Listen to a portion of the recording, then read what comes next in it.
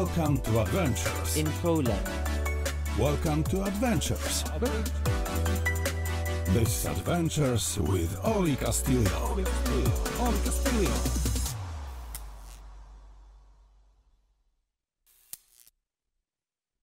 Dzień dobry, nagbabalik ang Adventures with Oli para magbigay pa rin ng informative videos para sa ating mga Filipino na nagbabalak pumunta ng Poland. And nandito tayo ngayon sa Warsaw, which is Warsaw is the capital of Poland. Ayan. So kung makikita nyo yung environment natin, napaka-golden kasi ang season natin ay nasa autumn tayo. So papasok na rin tayo ng winter. So nire-ready yung katawan natin sa winter. So malamig na siya ngayon. Ang temperature parang nasa 9 degrees. So sama kayo, gagala tayo sa Warsaw. Tara! Okay, so nandito tayo ngayon sa Fontana or yung fountain na yung every weekend kapag summer, nandito, parang nabibingi ako sa sobrang lamig. So nandito every weekend kapag summer, may laser show na ginagawa dito and lahat parang may history ng Poland or yung mga kilalang band sa buong mundo. And sa side nitong Fontana na to, etong grass na to, kapag may laser show, punong-puno siya ng tao, para siyang guyam lang na mga nakaupo and nanunood. And sa pinakataas ng hill na to, ang pinakamatandang simbahan dito sa Warsaw. So itong area na to, tinatawag na New Town and next siya ng Old Town. Siyempre, old nga di ba? So may New Town and Old Town. So punta tayo ngayon sa pinaka-Old Town na kung saan nandun lahat yung mga foreign or yung mga Filipino, makikita natin, may makikita tayong mga Filipino. Nandun din ang President Palace sa Old Town. So tara!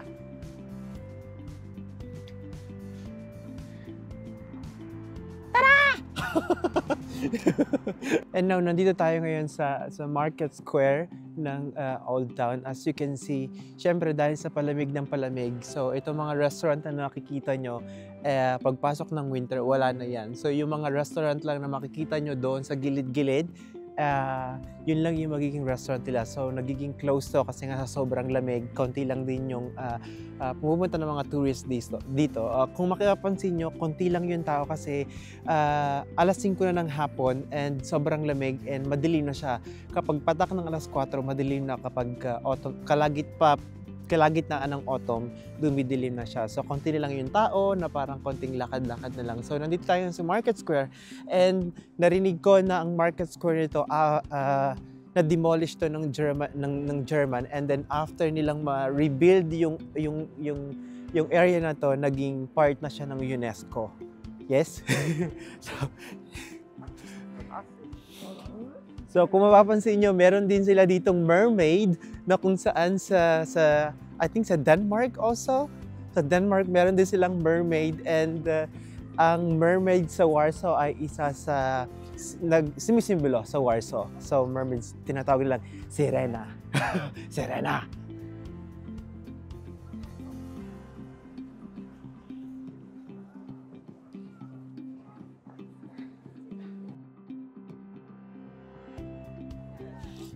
Dahil sa weather na malamig dito, syempre para maging open pa rin yung restaurant nila, kailangan nila ng mga paapoy. So makikita niyo may mga paapoy sila. So para ma-maintain lang yung temperature, mabalance yung init at saka yung lamig. So nagpapaapoy sila. So sa Pinas, pag nagpaapoy ka, sunog. Lakad-lakad lang. So karamihan kapag naglalakad ako dito, naghihikap ako sa Old Town, nandito ako.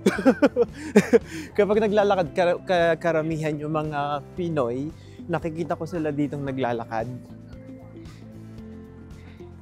And malalaman mo lang na Pinoy sila kasi maririnig mo na lang yung lingwahe natin, nagtatagalog sila. Diba? So kapag naglalakad ako dito, may French fries ako na gustong-gusto laging kainan dito. Yung parang, syempre, pag may French fries ka, busog ka na. Hindi mo na kailangang mag-restaurant. Ayan. So, malapit na tayo sa Royal Palace. Kung saan dati nakatira yung king dito sa... Ako ang napapagod. Napapagod ako. Parang non-stop. Dito ka. Dito ka. Yeah.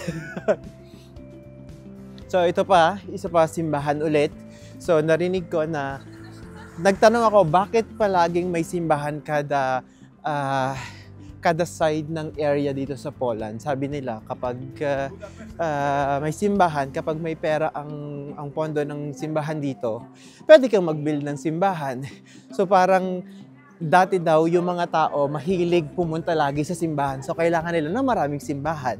So ngayon, dahil sa new generation, medyo umuunti na yung mga pumapasok sa simbahan. Ayun. So nagiging tourist spots din siya. And syempre, may mga tindahan sila ng ice cream dito na yung ice cream na yun, yung parang ang laki-laki, ang haba-haba. Pero hindi pa rin, the best pa rin ang ice cream sa atin sa Pinas. Ito, nandito na tayo sa Royal Palace. Ayan, ito yung dating tahanan o bahay ng king nung lumipat siya sa Warsaw. Dati, ang capital ng Poland ay Krakow, tapos nag-move ang king dito sa Warsaw. So, naging capital na ng Poland ang Warsaw.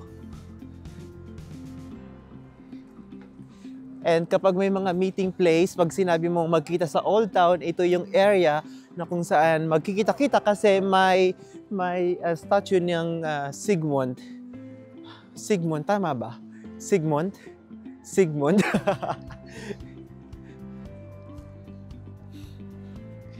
Uso din dito yung mga kanta-kanta. Saan na ba? Uso dito yung kanta-kanta. Tapos bigay-bigay ka ng pera. Ayan. Tapos kung may gusto mong yung sa TikTok, paikot-ikot. Yan, sakay ka lang dyan. So, mukhang wala na tayong makikitang Filipino kasi nga malamig na, madilim na. So, yung mga Pinoy nag-hibernate na. So, makikita mo na lang ulit sila kapag summer kasi mainit, gala-gala. Kasi pag summer dito, alas 4 ng umaga, maliwanag na. Tapos hanggang alas 9 or 9:30, dun pa lang nag-i-start yung dilim. And then ngayong autumn, papasok ng winter, alas 4, sinasabi ko sa inyo, madilim na. Kaya sinasabi namin na kapag bumatak ang winter ng... Napapagod ako. Kapag pumatak ang winter, alas 4 ng umaga, tama ba? Kapag pumatak ang winter, alas 4, oh my God, pagod ako. Kapag pumatak ang winter, gigising ka ng umaga na madilim. Imagine umaga pero madilim. Para siyang gabi. Tapos matatapos ka ng trabaho mo, madilim pa rin. So parang kaya yung mga tao na-stress kasi wala nakikitang araw. Ayan. And kung titingin kayo dito, yun yung stadion, Stadion Narodowa, na kung saan yung mga concert ng mga celebrities na singers na international, dyan sila nagko-concert. And dyan din sila naglalaro ng football. Kung kilala niyo si Lewandowski ang pinakakilalang football player dito sa Poland. And kung titingin ka dito sa bandang kaliwa, iyan yung palace na sinasabi ko, Royal Palace. Ayan. So, nakapasok na ako dyan. So, medyo lang siya, mga more on paintings, some statues, at saka yung mga damit-damit. Ang ganda nito kapag summer kasi ang dami mga kumakanta, ang dami mga parang K-pop o P-pop sa atin. Mga nagsasayaw-sayaw, ganito. Tapos marami mga, Teletubbies ba to? Ayan. So, business is business. Business yan. Pag nagpa-picture ka sa kanila, magbibigay ka ng donation. So, ito yung area na to, karamihan dance floor to ng mga aspiring K-pop. Yan. So lagi silang nag-shoot dito ng mga sayaw-sayaw. Mga ganun dito. Paulit-ulit. Kasi kailangan makuha lahat ng angle. Pero, show din sa kanila yun kasi nanonood yung mga tao. Sobrang lamig talaga, as in, sobrang dry. And may isang Pinoy dito na sumali sa The Voice of Poland. And ngayon, nandito siya, hindi ko alam kung nandito siya kumakanta siya dito sa isang restaurant every weekends ba or every Wednesday, hindi ko tanda. Pero nakikita ko siya malimit dito. Ang Poland ay kilala sa pagkain ng pierogi. At makikita niyo si pierogi. Ito si pierogi. Si pierogi. Pierogi. Ah. You too. Yeah, si pierogi. So, yung pierogi na yun yung parang isa sa typical na pagkain. Kung meron tayong adobo, meron silang pierogi. Meron silang boiled pierogi. Para siyang dumplings. So, meron silang meat, meron silang cabbage, meron silang cheese, mga ganon. Pero, for 15 years na dito ako nakatira, never pa akong kumain ng ganon kasi hindi ko maatim na makakain. Hindi ko alam, basta ewan ko. Pero masarap naman daw. Ayan. So, ang layo na ng lalakad natin. So, hopefully, yung battery natin kaya pa. Meron na tayong, okay na yung ating setup kasi hindi na ako mapapagod kahabol sa camera. Nandito na tayo, yung camera natin. Tandaan natin yung camera, eto. Wala dito. So, ayun. So, medyo malapit na tayo sa President Palace. Hindi na pala siya part ng Old Town. Kumbaga, palabas na siya ng Old Town, yung President Palace. So, narinig ko na dyan talaga nakatira yung presidente. So, dalawa yata yung bahay ng presidente. So, mamimili sila kung saan nila gustong tumira. Kung dito ba o dun sa isa sa Belvedersky. So, maganda rin doon. Sobrang ganda. Washienki Park. Next to Washienki Park. Tapos, kapag autumn, sobrang ganda doon sa Washienki Park. Kasi park nga siya, tapos mapuno. Tapos kapag naging golden na yung mga yung mga leaves doon, as in super. Para kang nasa enchanted. Enchanted. Ayan. Tapos may kwento ako dito sa kasunod ng building or ng President Palace. Dati, sobrang frustrated ako na maghanap ng trabaho. So, yung next na building, Bristol Hotel, nag-apply ako doon ng trabaho. Hindi ako tinanggap. Kasi nung time na yun, nagsasayaw ako sa embassy and ang tanga ko rin naman kasi bakit ko nilagay yun sa CV ko. Tapos sabi nila, sigurado ka, magtatrabaho ka dito? Tapos dancer ka sa embassy nyo. As in, hindi ako natanggap. Yung tagalinis ka na lang ng kwarto, hindi ka pa natanggap. Isipin mo yun. Ay. Pero ngayon, tingnan mo naman, 10 years na ako nagtatrabaho sa school. Pabanjing-banjing lang. Yan. So, ito, part na to, ito yung President Palace. Ayan. So, kapag may mga rally, nag-start dito ang mga tao na mag-rally. So, sigaw-sigaw sila dito. Hindi mo manintindihan, pero ang daming tao, tapos ang dami nilang sinisigaw-sigaw. Yan. Kasi ito ang President Palace. Isipin mo, kung magiging ka ng presidente, anak ka ng presidente, ang ganda, diba? Tapos, yung sinasabi ko sa inyong hotel na pinag-applyan ko, ito lang yun, oh. Ito lang, oh. Tingnan mo, ito lang. Yan yun.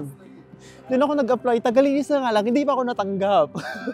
Yung binaba ko na ang sarili ko para maging hindi pa rin ako natanggap. Tapos itong building na to, ay, yayamanin ang mga pupunta dito. Hermes lang naman, ganon. So, ayan, di ba?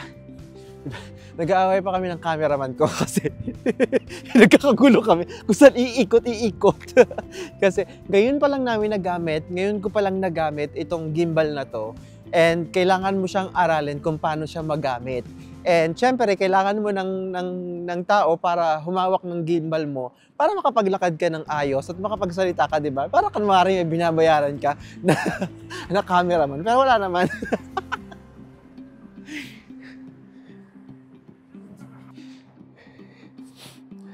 Ang lamig na talaga. As in, parang yung ilong ko ay naka-stuck na. Parang akong nagpatangos ng ilong tapos nilagyan nila ng injection yung ilong ko.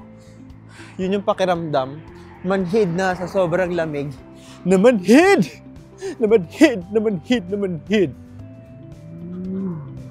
Ayan! Kapag diniretso mo yung line na yan, makikita mo ang future mo. So, kailangan natin sundan yung future natin. Dali! Bagal naman ang tara, bilis! Bilis! So, ayan. So, sa dulo na to, kung mapapansin nyo, yung dulo niya, nandun yung mga soldier na nagbabantay ng gate na to. Para siyang ano, gate ba to?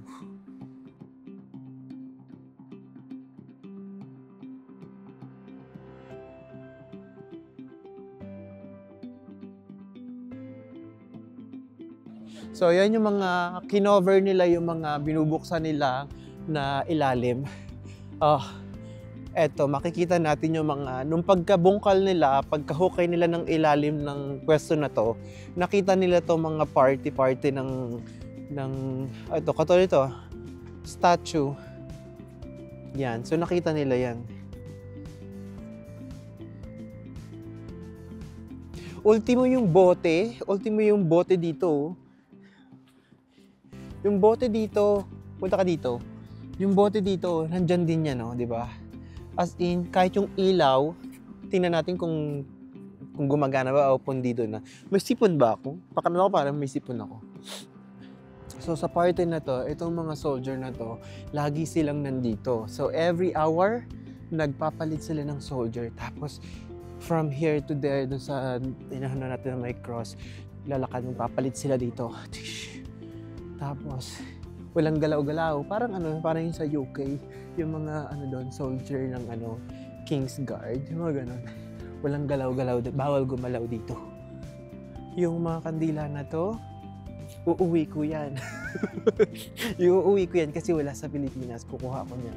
Pag wala ng tao, itatakbo ko yung ibang kasi hindi naman gagalaw yung mga sundalo, so itatago ko yung iba. Kasi kailangan natin ma-discover sa Pinas na may ganyan dito para unique. Para nag-uusap sila. Di ba bawal yun? Kailangan tahimik. Para nag-uusap yung mga sundalo. Sumbong ko sila. Oo, nag-uusap nga sila. Naririnig ko. Nakangiti pa sila.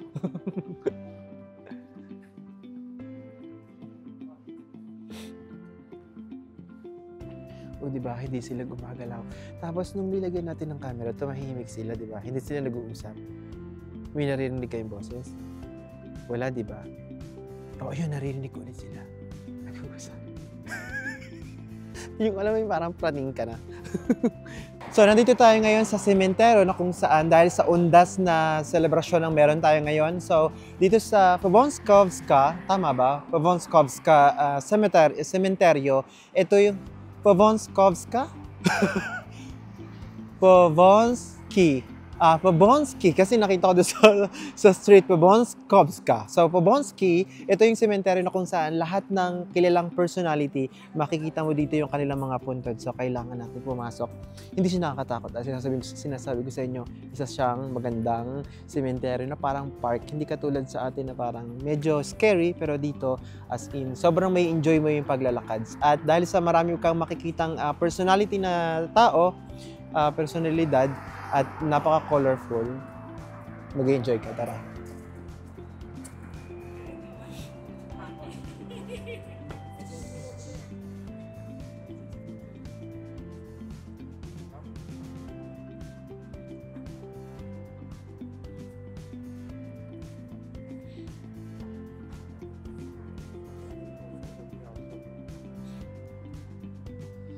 Medyo sa side na to, nakikita ba ako ng camera? Am I visible? Yeah. So, sa side na to, medyo konti pa yung mga kandila. Second day to ng ng November. So, medyo konti pa. Pero siguro sa kalagitnaan ng maraming mga may taga-TV. Yun ang susunod natin, ha? Hindi na tayo mag-alam. Yun ang susunod natin. Hindi, yun, eto, kung makikita nyo, hindi siya ganun na nakakatakot. Kasi, alam mo yung parang ito yung sementeryo dito sa Poland na hindi ako natatakot. Sa Pinas kasi natakot ako. Yan, so lakad pa tayo.